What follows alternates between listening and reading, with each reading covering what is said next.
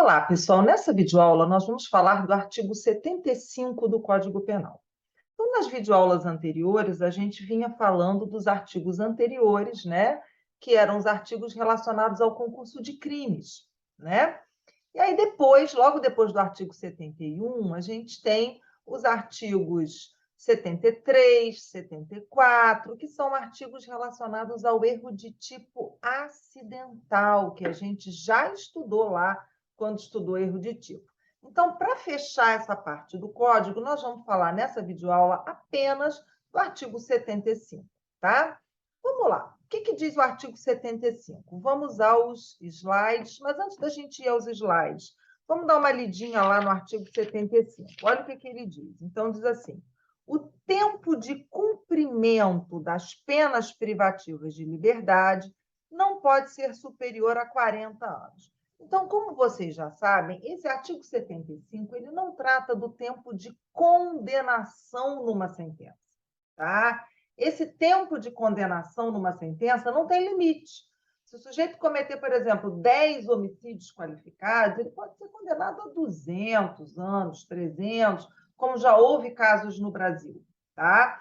O que o artigo 75 está dizendo é que, independentemente do tempo ao qual você seja condenado, o tempo de cumprimento da pena, o tempo que você vai ficar preso, não pode exceder 40 anos, tá? Antigamente, esse tempo era de 30 anos, tá? Até muito recentemente, até o pacote anticrime. Com o pacote anticrime, esse tempo foi aumentado para 40 anos. Isso é positivo, Ana Paula? Não acho. Não acho, porque em 30 anos a pessoa muda completamente. É só você pensar, se você tem idade para isso, eu já tenho, né? E me olhar há 30 anos atrás, hoje eu sou uma pessoa completamente diferente. Então, 30 anos já era mais do que suficiente como tempo de cumprimento de pena. Mas o pacote anticrime fez aumentar esse prazo para 40 anos, tá? Qual é a razão da gente ter um limite máximo de cumprimento de pena? A razão é você evitar a prisão perpétua, que a jurisprudência veda, né? Se você pudesse permitir a execução de uma pena de 100, 200 anos, como o ser humano não vive isso tudo, a gente teria, na verdade, uma prisão perpétua, tá? Como existe essa vedação, então esse artigo 75 ele está em harmonia com a ideia de vedação de prisões perpétuas, tá? Ok, tudo bem. Vamos lá, vamos entender esse artigo agora. Então, a ideia é, se você for condenado a mais de 40, 50, 60 anos, você vai cumprir só 40, tá? Se por acaso você tiver várias condenações contemporâneas, ou seja, que aconteçam mais ou menos na mesma época, tá? O juiz da execução, na hora de unificar as penas, então você tem várias condenações em vários juízos diferentes. O juízo da execução, na hora de unificar as penas, tá? Ele vai unificar e você, a partir dessa unificação, vai cumprir só 40 anos, tá? Ok. Vamos voltar lá para o artigo 75. Então, vamos entender um pouquinho mais dele. Já vimos o 75 caput. Ficou faltando eu falar de um detalhe antes da gente olhar para o parágrafo primeiro. Esse detalhe é a súmula 715 do Supremo. Vamos dar uma olhadinha nela lá. Diz assim: a pena unificada para atender ao limite de 30 anos de cumprimento de pena, porque essa súmula é anterior ao pacote, agora é 40, né? Determinado pelo artigo 75, não é considerada para a concessão de outros benefícios, como livramento condicional ou regime mais favorável de execução. Então, vamos lá. Esse artigo 75, o único objetivo dele é que você não fique preso, em razão dessas condenações unificadas, por mais de 40 anos, tá? Mas esses 40 anos, eles não servem de parâmetro para outros benefícios penais. Por exemplo, no livramento condicional, você pode obter o livramento cumprindo uma parte da pena, 1/3. Esse 1/3 vai ser de quê, Ana Paula? Vai ser dos 100 anos pelos quais você foi condenado na sentença ou de 40, que é o limite do artigo 75? Resposta: de 100 anos, tá? Os 40 anos não servem de parâmetro, assim como também não servem de parâmetro para a progressão de regime, tá? Na hora de você progredir de regime, aqueles percentuais do artigo 112 são os percentuais da condenação e não os do artigo 75 do Código Penal, tá? Então, isso é muito importante. Agora sim, agora vamos dar uma olhada no parágrafo 1º. Diz assim: quando o agente for condenado a penas privativas de liberdade, cuja soma seja superior a 40, devem elas ser unificadas para atender ao limite máximo desse artigo. Já vimos. Quem é que faz essa unificação? O juízo da execução penal. Ótimo. Parágrafo 2º.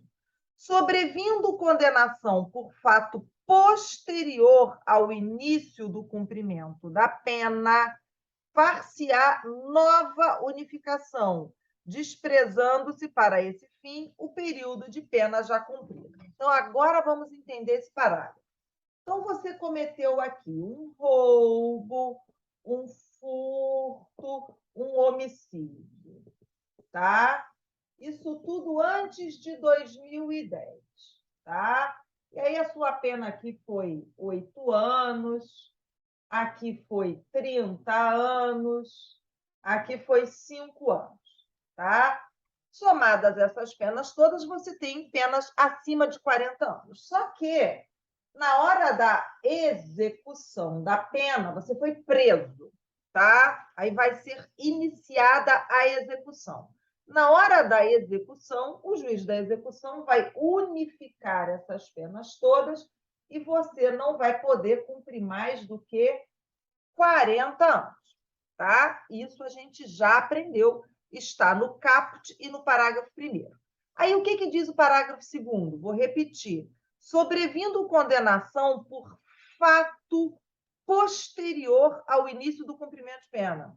Então, você está preso e na cadeia você mata alguém, tá? Você estava preso já há 10 anos, tá? Vamos colocar mais, vamos colocar 20 anos, tá? E aí, por esse homicídio, você matou 2 pessoas, tá? Por esses homicídios, você é condenado a 30 anos, tá? Como é que o juiz vai fazer, o juiz da execução? Ele vai fazer uma nova unificação, tá? Ele vai pegar os 20 que sobraram daqui, vai pegar 20 que sobraram, né? Porque 40 menos 20, tá? Ele vai somar com os 30 da nova condenação, vai dar 50, e daqui para frente, a partir do momento da nova unificação, vamos imaginar 2020, quando é feita a nova unificação, você vai cumprir mais 40 anos. Então, na prática, se você cometer crimes dentro da cadeia e forem feitas novas unificações, você pode ficar preso mais do que 40 anos, desde que esses fatos novos tenham ocorrido no curso da execução, como diz o parágrafo 2º, tá? Ótimo, tudo bem. Essa sistemática é boa, tá? Ela só tem um defeito que eu aponto para vocês lá no material escrito, que é o seguinte: essa nova unificação, né, que é feita por fato cometido no curso da execução, ela pode gerar um efeito adverso, que é o seguinte: vamos imaginar, foi feita uma unificação, 40 anos, você começou a cumprir a pena, tá? Só que bem no início da execução, 1 ano, Você mata alguém. E a condenação acontece bem rapidinho, no ano seguinte, tá? E aí é feita uma nova unificação aqui. Vamos colocar umas datas aqui, 2020, 2022, tá? É feita uma nova unificação em 2022. E aí, daqui para frente, quanto tempo mais você pode ficar preso? 40, tá? Você, então, que sairia em 2060, vai sair em 2062. Ou seja, por esse novo homicídio, você só vai ficar preso 2 anos. Tá? Então, realmente, isso é um defeito dessa regulamentação. Tá? Mas é sempre assim: você faz uma nova unificação, o juiz da execução, por fato cometido após o início do cumprimento de pena. Pelos fatos anteriores, não, entra tudo no bolo inicial dos 40 anos. Tudo bem, gente? Ok? Então, com isso, terminamos o artigo 75 e podemos, então, começar na próxima videoaula a teoria da pena. Até lá!